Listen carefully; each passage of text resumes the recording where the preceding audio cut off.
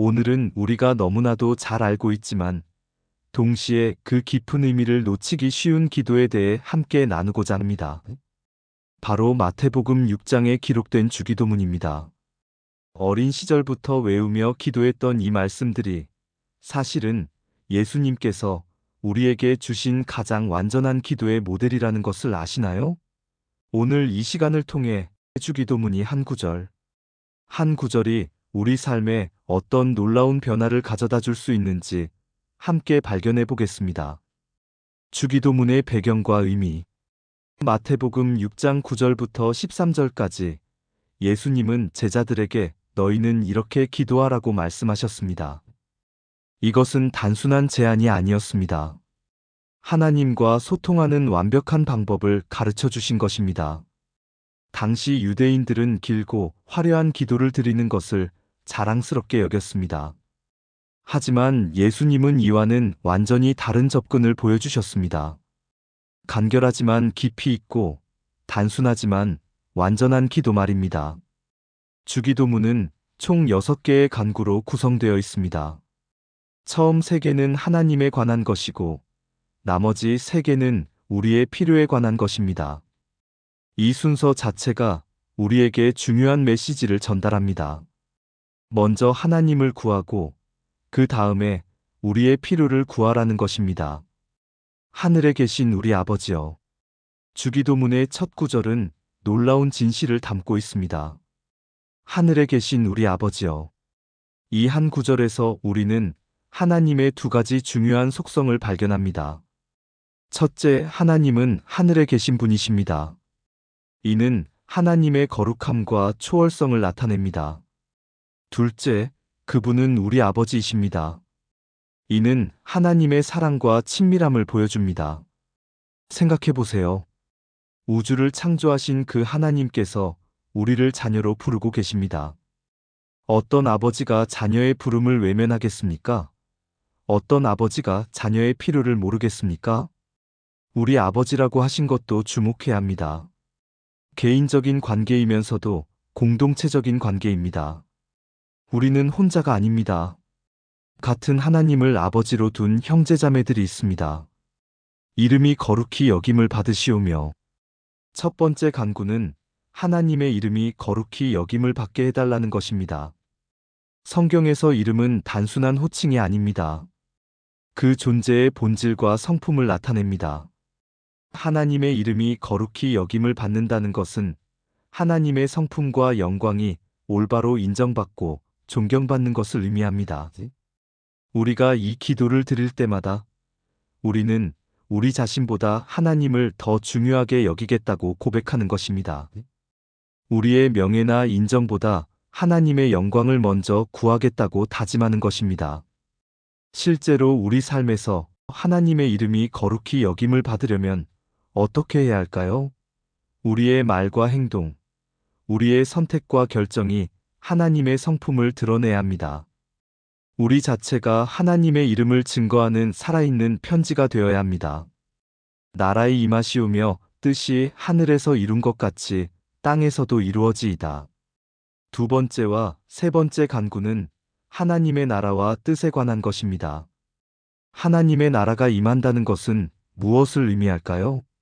이는 하나님의 주권과 통치가 완전히 실현되는 것을 뜻합니다. 지금 이 세상에는 아픔과 상처, 불의와 악이 있습니다. 하지만 하나님의 나라가 임할 때 모든 것이 하나님의 완전한 뜻 가운데 회복될 것입니다. 뜻이 하늘에서 이룬 것 같이 땅에서도 이루어지이다. 이 기도는 단순히 미래의 소망만을 말하는 것이 아닙니다. 지금 여기서 우리 삶에서 하나님의 뜻이 이루어지기를 구하는 기도입니다. 때로 우리는 힘든 상황에서 왜 이런 일이 일어나는가 라고 묻습니다. 하지만 이 기도를 통해 우리는 다른 관점을 갖게 됩니다. 하나님, 이 상황에서 당신의 뜻은 무엇입니까? 당신의 나라가 어떻게 임할 수 있습니까? 하나님의 뜻에 우리 뜻을 맞추는 것, 이것이 진정한 기도의 핵심입니다. 우리가 하나님을 변화시키려 하는 것이 아니라 하나님께서 우리를 변화시켜 주시는 것입니다. 오늘날 우리에게 일용할 양식을 주옵시고. 이제 우리의 필요에 대한 간구들이 시작됩니다.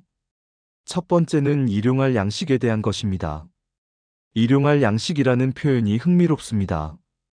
이는 오늘 하루에 필요한 양식을 의미합니다.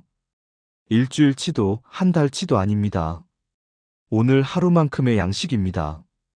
이것은 우리에게 두 가지 중요한 교훈을 줍니다. 첫째, 하나님은 우리의 현실적인 필요를 아시고 채워주신다는 것입니다. 영적인 것만 중요한 것이 아닙니다. 우리가 먹고 살아가는 일상의 필요도 하나님께 중요합니다. 둘째, 우리는 하루하루 하나님을 의지하며 살아가야 한다는 것입니다. 내일 걱정은 내일 하고, 오늘은 오늘 하나님께서 주신 은혜로 충분합니다. 출애굽기에서 이스라엘 백성들이 광야에서 만나를 받을 때도 마찬가지였습니다. 하루치만 거둘 수 있었고, 더 많이 저장하려고 하면 썩어버렸습니다. 하나님은 우리가 매일 그분을 의지하며 살아가기를 원하십니다. 우리가 우리에게 죄 지은 자를 사하여 준 것 같이 우리 죄를 사하여 주옵시고. 다섯 번째 간구는 용서에 관한 것입니다. 이 구절은 주기도문에서 가장 도전적인 부분 중 하나일 것입니다. 예수님은 하나님의 용서와 우리의 용서를 연결시키셨습니다. 우리가 다른 사람을 용서하는 것과 하나님께서 우리를 용서하시는 것 사이에는 깊은 관계가 있다는 것입니다. 이것이 용서의 조건을 말하는 것일까요? 아닙니다. 하나님의 용서는 우리 행위에 달려있지 않습니다. 그것은 하나님의 은혜입니다. 하지만 우리가 진정으로 하나님의 용서를 경험했다면 우리도 다른 사람을 용서할 수 있게 됩니다.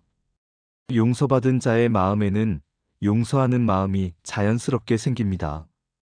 우리가 얼마나 큰 죄에서 용서받았는지 깨달을 때 다른 사람의 작은 허물을 용서하지 못할 이유가 없어집니다. 용서는 상대방을 위한 것이 아닙니다. 용서는 우리 자신을 위한 것입니다. 미움과 원망의 사슬에서 우리 자신을 해방시키는 것입니다. 시험에 들게 하지 마옵시고 다만 악에서 구하옵소서. 마지막 간구는 시험과 악에 관한 것입니다. 시험에 들게 하지 마옵시고라는 말씀은 우리가 유혹에 빠지지 않도록 보호해달라는 간구입니다.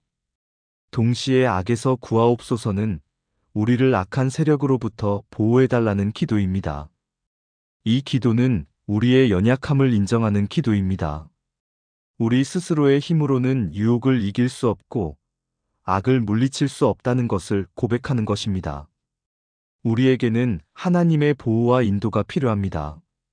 하지만 동시에 이것은 소망의 기도이기도 합니다. 하나님께서 우리를 지키실 수 있고 또한 지켜주실 것이라는 믿음의 기도입니다. 여러분, 주기도문은 단순한 기도문이 아닙니다. 그것은 우리 삶 전체를 바꿀 수 있는 영적인 나침반입니다. 하나님을 아버지로 부르며 시작하는 친밀함, 하나님의 영광을 먼저 구하는 우선순위, 일상의 필요를 맡기는 신뢰, 용서하고 용서받는 은혜의 순환, 그리고 보호하시는 하나님을 의지하는 믿음까지. 이 모든 것이 주기도문 안에 담겨 있습니다. 오늘부터 이 기도를 드릴 때마다 단순히 외우는 것이 아니라 마음으로 느끼고 삶으로 살아가시기 바랍니다. 그럴 때 여러분의 기도가 그리고 여러분의 삶이 완전히 새로워질 것입니다. 나라와 권세와 영광이 아버지께 영원히 있사옵나이다. 아멘.